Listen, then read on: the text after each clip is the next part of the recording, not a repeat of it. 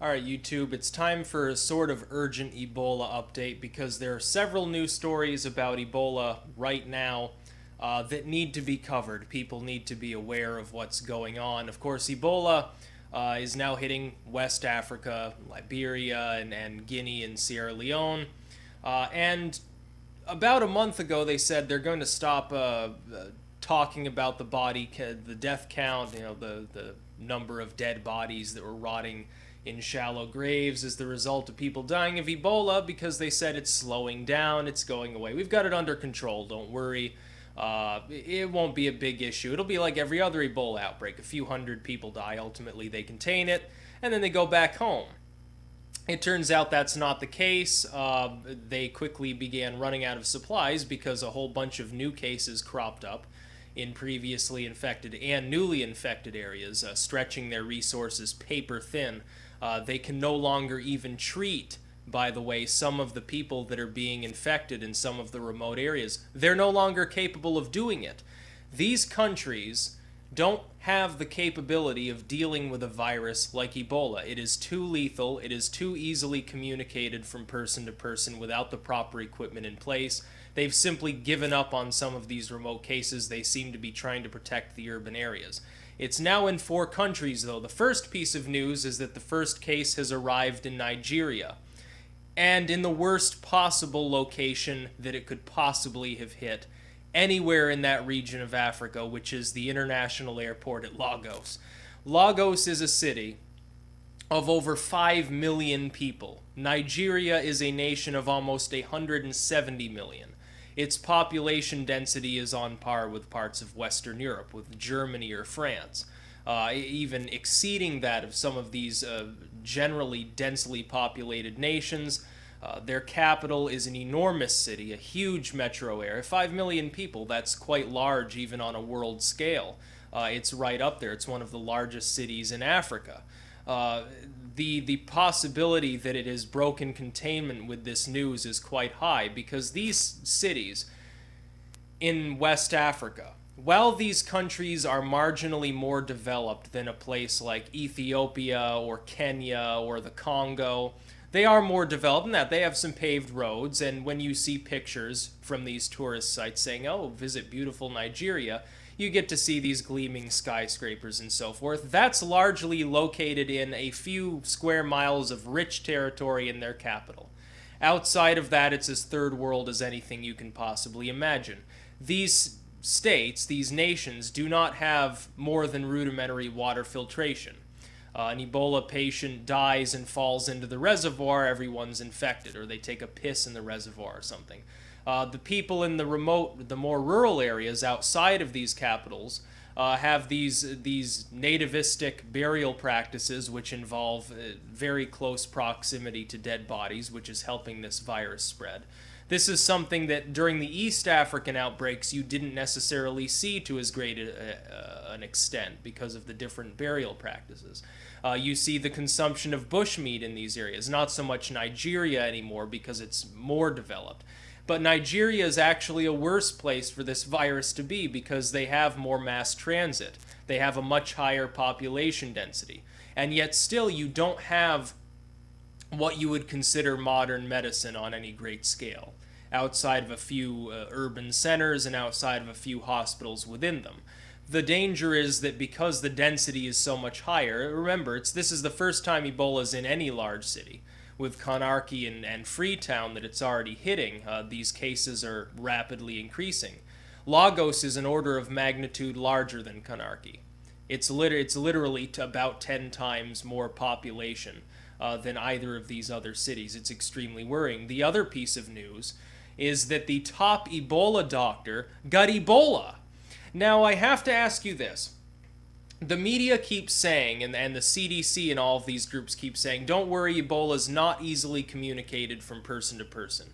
And yet people wearing hazmat suits with proper equipment and years of training, who are medical professionals often schooled in Europe or the United States, are contracting the disease in their laboratories while caring for these patients. There have been several nurses that have died now of Ebola, who have contracted Ebola. These people are wearing full-body hazmat suits. They are not coming into proximity with bodies or with the sick without proper equipment on, and yet they are getting the disease. How is that possible if it's not easily transmissible? I have to wonder, are these people simply not taking their job seriously? It's gotten to the point, the thing is this. The medical establishment in this region of Africa is so worn down and overstretched anyway that largely the people caring for these victims of Ebola are from other countries. They're Europeans and Americans that have gone there as a humanitarian effort with proper equipment to try to contain the virus. So far, they have not been able to do so. The virus has been raging in West Africa now for months. It seems to have broken through containment. It seems to have reached that point at which there are too many cases and they are now self-replicating beyond the means of the international community to deal with them, because the local medical establishment is incapable of dealing with them. There was an Ebola type virus, an Ebola family virus, at a CDC lab not far from Washington, D.C. some time ago, where it actually mutated, infected a bunch of monkeys and individuals right outside of our nation's capital. Thankfully, whatever mutation caused it to become airborne and to become very easily transmissible also caused it to be absolutely harmless to humans. The CDC reacted by disinfecting everything in the building, burning the monkeys to death, burning the building down after disinfecting it and paving it over, which should give you an example of how they deal with this virus when it is over here. And that wasn't even a lethal strain. That was a strain that had been defanged by its own mutation. Every time an individual is being infected and exposed to Ebola, there is a chance that it will mutate and become airborne. And by airborne, I mean truly airborne. We now think that it is possible that Ebola is occasionally being spread by coughs and sneezes. But is it truly airborne? No, because it's not able to survive long enough outside of the body to become sort of a miasmatic cloud, whereby people just get infected by being, near a person who's infected. If that happens, then hell breaks loose, because then all of a sudden it's already in these urban areas, and all of a sudden people start dropping like flies. It would be a little bit like Dawn of the Dead or something like that. All of a sudden everyone you know is becoming ill. People will simply run for their lives. They will scatter from these states into other states. There will be infections spreading. All of Africa will have to be walled off. They will have to literally fire upon any craft attempting to leave the entire continent, and probably most of Africa gets killed. It's extremely worrying. Like I said, then they're already reported, and most people don't even realize this because they haven't been keeping up with it. This is already a mutated strain of Ebola. This has been verified as a mutated strain of the Zaire Ebola, the most deadly one. It is slightly less deadly, as we can tell just by looking at the number of infected and the number of deaths. About 60% lethal instead of sometimes upwards of 70 up to 90% for some strains. So it's become slightly less deadly. That's actually a bad thing, by the way, because then somebody gets sick, starts recovering, and then goes out while they're still capable of infecting others. They feel fine. Everyone around them starts getting sick. It appears to be more communicable, again, because you've got these doctors and nurses getting sick from Ebola, even though they're wearing proper protection. It's spreading more rapidly now. If you look at a graph, they actually had a graph on one of these news sites showing the number of infections over time. It is going exponential. It's just going exponential slowly. And there will come a flashpoint if it is not contained properly. There could come a flashpoint at which you have too many cases over too wide an area, panic sets in, people begin to flee, and the virus just starts flying everywhere in the continent. Even worse now, this is an international airport that this individual collapsed in and has now tested positive for Ebola. That's what he's sick with. If it infected other people on that flight, Lagos International Airport is not like the international airports in Conakry or Freetown, which primarily surface areas in Africa. Lagos is different. This is a mega city. This is a large metropolitan area, not just a relatively large city. This is a massive city. This airport feeds out to all parts of the world.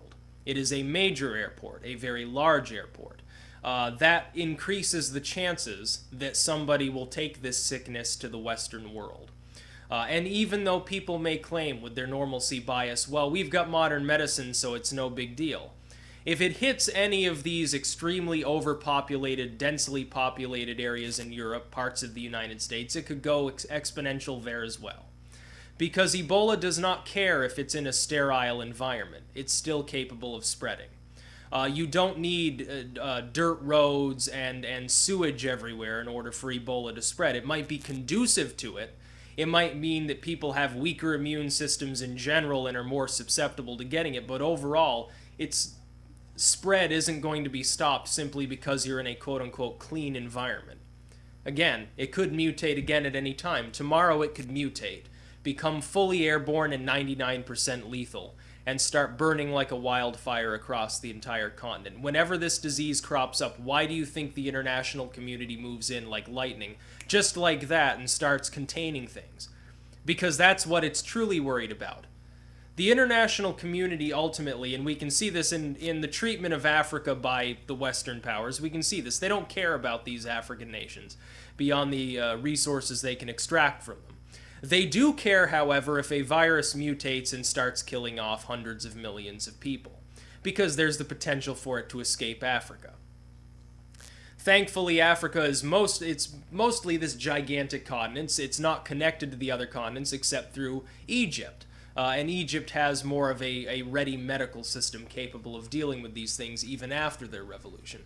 But right now it's in Western Africa. Again, for the first time in human history, the virus only was documented in the 50s.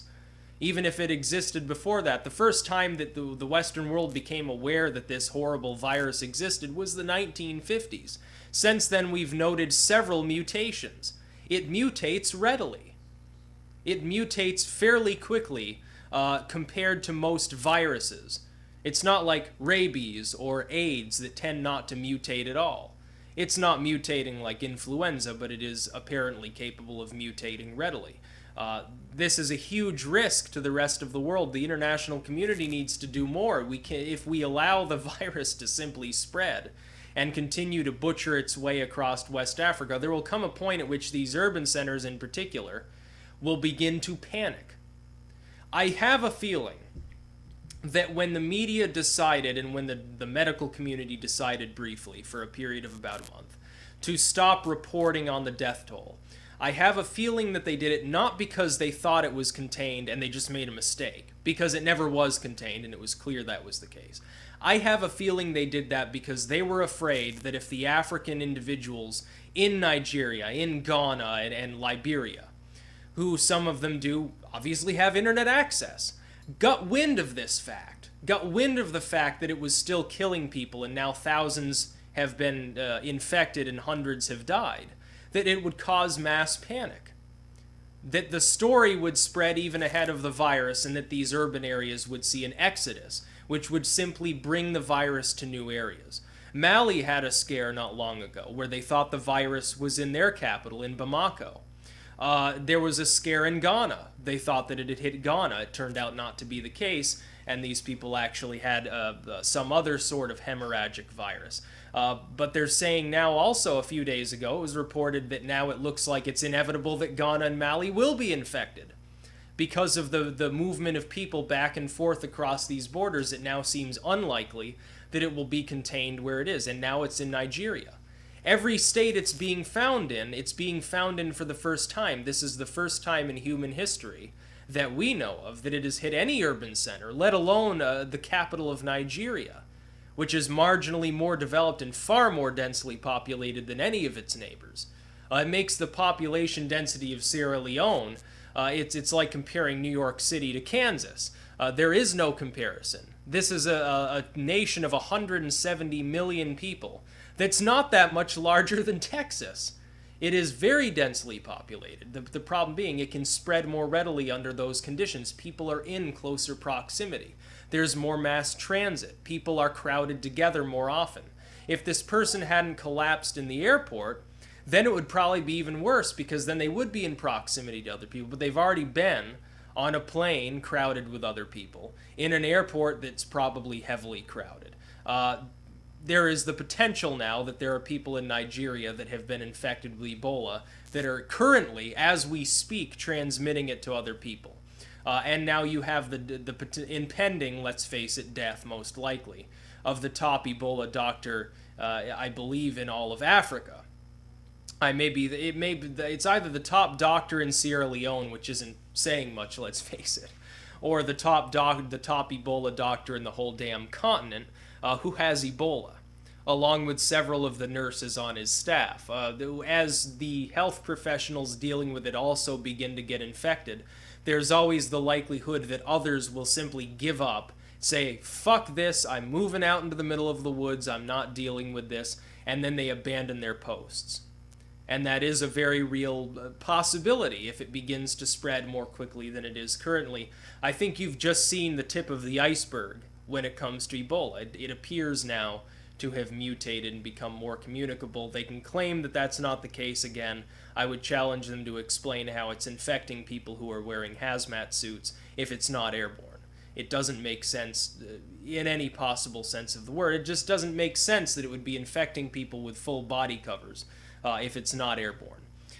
So links in the description to those stories. Let's hope it gets contained soon, because that's about the worst way that you can possibly die. Come on, these people are sweating blood, they're vomiting everywhere, they're shitting blood, their organs are liquefying, pus is coming out of their asshole, and even if they recover, they're sickened for potentially months. Even after they've recovered from the primary illness, they can succumb to infection because their body's been so riddled with disease. It's a little bit like the plague. And by the way, there is plague now in China.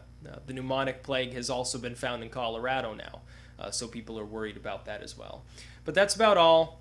Peace out.